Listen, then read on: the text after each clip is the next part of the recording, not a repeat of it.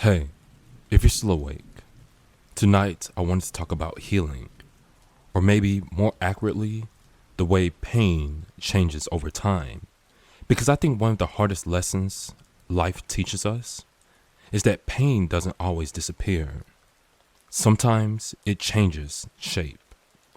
Now, before I get into it, maybe you guys can hear it or not, which is fine. It's completely normal, it's completely human, it's not preferred, but it's there.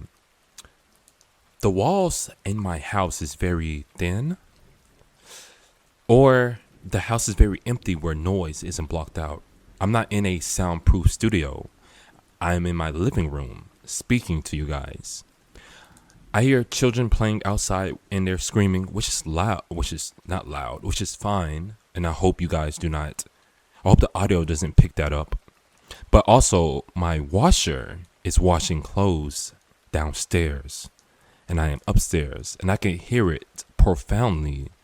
And I just hope you guys do not hear it. If you do, just know it's normal, it's human, and it happens.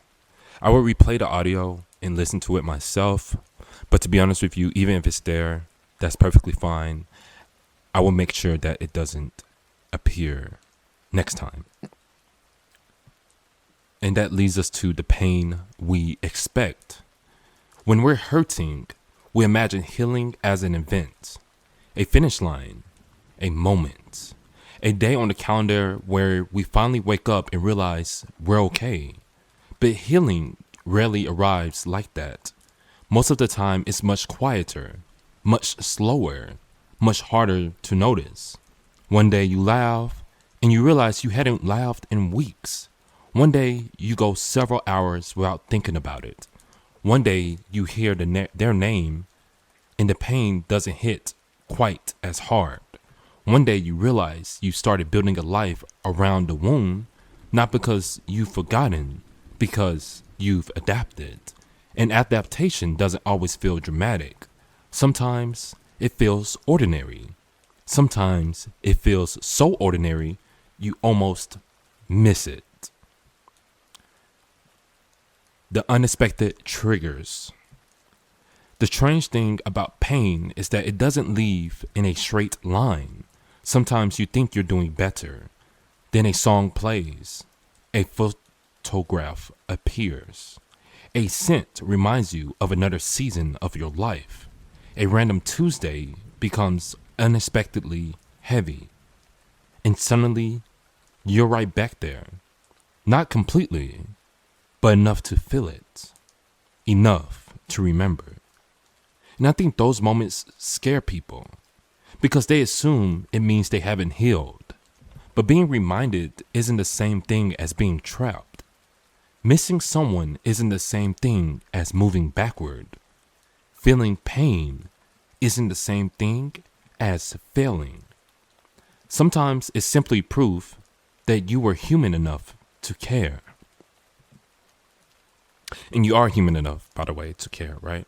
There's no limit on your emotion. There's no hardship on your emotion. There's no amount of pain you have to go through to limit your emotions. It's okay to express yourself. It's okay to experience these feelings because they are not abnormal. They're normal. They're your experiences. It is your humanity. It is your life. The fear of letting go. I think one of the strangest parts of healing is that sometimes we resist it, not because we enjoy suffering. That's not the case at all. Because who really enjoys suffering? Side note, unless you're sadistic, maybe that's the word I'm looking for. Unless you're sadistic, crazy, insane, why would you enjoy any form of suffering? Suffering sucks. Suffering hurts. Suffering isn't fun. I digress. Because healing can feel like letting go. And letting go can feel terrifying. Especially when pain is connected to someone we loved. Sometimes people worry that if we stop hurting, they'll stop remembering. that moving forward somehow dishonors what happened. But I don't think healing erases love. I think peace erases memory. I think healing simply changes the way we carry things. The memory remains. The lesson remains. The meaning remains. But the wound slowly becomes a scar. And scars, they don't disappear. They just stop bleeding. This is true. This is ultimately the truth about any painful experience you go through. And when they say scars, they don't just mean physical scars, mental scars, emotional scars, financial scars. They stop bleeding. Oh, speaker, why did you say financial scars? Blood doesn't bleed. That makes no sense. Money doesn't bleed. It does. Just because it's not red doesn't mean it doesn't bleed. It means it's bleeding, but eventually all those scars go away.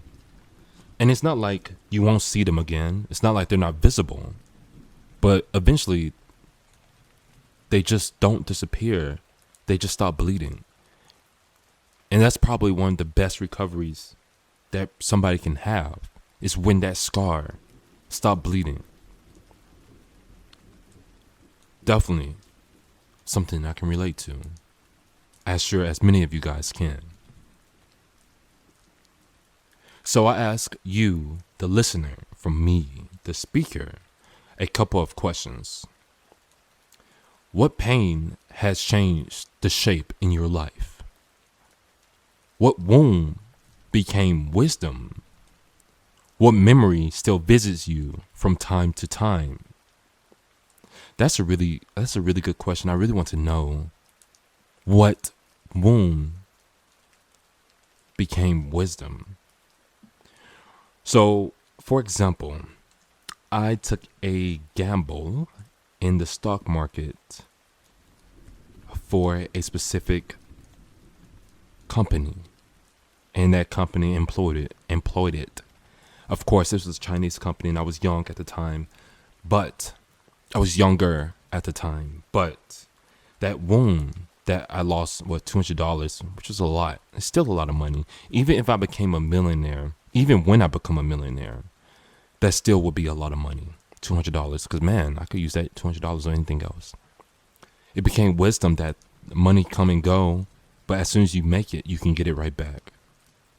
Right? You can multiply it. And that's the most important part, that you have the ability to multiply it. But watching that go and actually doing my research, actually investing into the company itself, doing my research, that wound became wisdom, which made me make better financial decisions till this day. And my last question is, are you healing or are tongue-tied? I hate when that happens. Are you healing or are you expecting healing to look different than it actually does?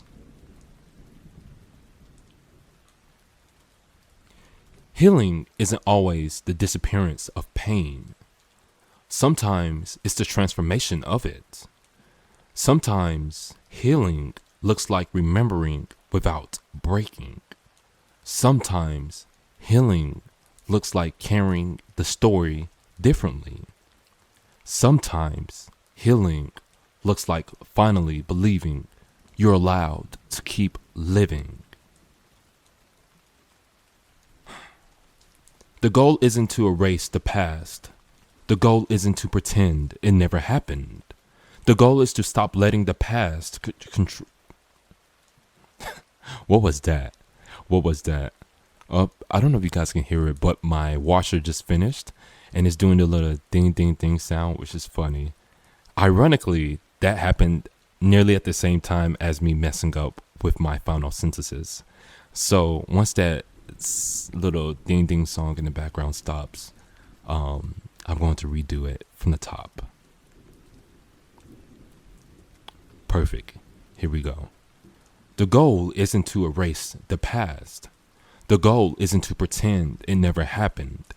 The goal is to stop letting the past control the present, to allow the wound to become wisdom, to allow the scar to become part of the story, not the whole story.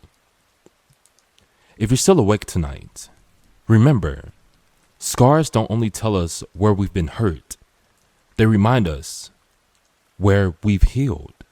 They remind us that we survived. They remind us that life continued. The room will reopen on Saturday night. I'll leave the light on for you.